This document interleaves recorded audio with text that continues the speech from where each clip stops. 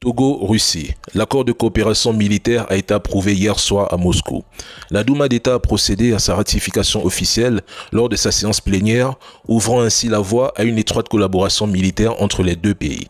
Ce texte définit les grandes orientations et les formes concrètes de la coopération bilatérale, notamment dans les domaines de la formation, des échanges d'expertise, du financement des opérations conjointes, de l'assistance médicale ainsi que des dispositions juridiques et de protection du personnel militaire. En pratique, la Russie et le Togo mèneront des exercices militaires conjoints, renforceront l'entraînement et la préparation du personnel des forces armées togolaises et développeront des programmes d'enseignement militaire dans les académies russes. L'accord prévoit également le transfert de technologies, la fourniture d'équipements de défense ainsi que la création éventuelle de centres de maintenance et de formation sur le territoire togolais. Soumis à la Douma d'État au début du mois d'août 2025 par le gouvernement russe, l'accord avait été signé à Lomé le 27 mars et à Moscou le 3 avril 2025 comme je l'annonçais ici.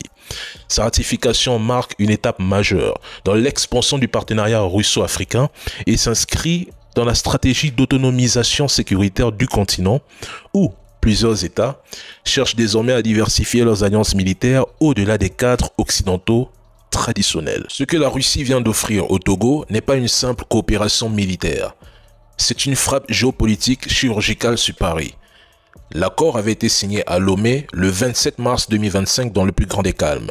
Puis à Moscou le 3 avril, soit un mois plus tard, et aujourd'hui en octobre, c'est ratifié. C'est une massue en plein cœur du précaré français, au moment précis où Paris est affaibli. Je reste dans le domaine géopolitique. Moscou n'a pas approuvé un accord avec le Togo. Il a signé la fin d'une ère. Le Kremlin vient d'enfoncer un drapeau dans un territoire jadis tenu sous anesthésie diplomatique française. Et je trouve même que le timing est parfaitement calculé.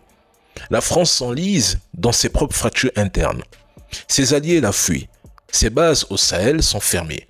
Ses réseaux d'influence s'effritent. L'Empire a vieilli et les autres puissances le sentent. Le Togo, longtemps discret, prudent, presque docile, bascule aujourd'hui dans le camp de ceux qui refusent l'ordre unipolaire. C'est un message déguisé en accord. L'Afrique n'a plus peur. Vladimir Poutine avance comme un joueur d'échecs froid et méthodique. Donc, pendant que Washington se concentre sur l'Asie, le Moyen-Orient, l'Amérique latine, que Paris se débat dans son orgueil blessé et que Pékin tisse ses routes silencieuses, l'Afrique de l'Ouest se reprogramme, l'ordre mondial se fracture et le Bénin est désormais sous pression. La Côte d'Ivoire devient la dernière base française utile mais encerclée.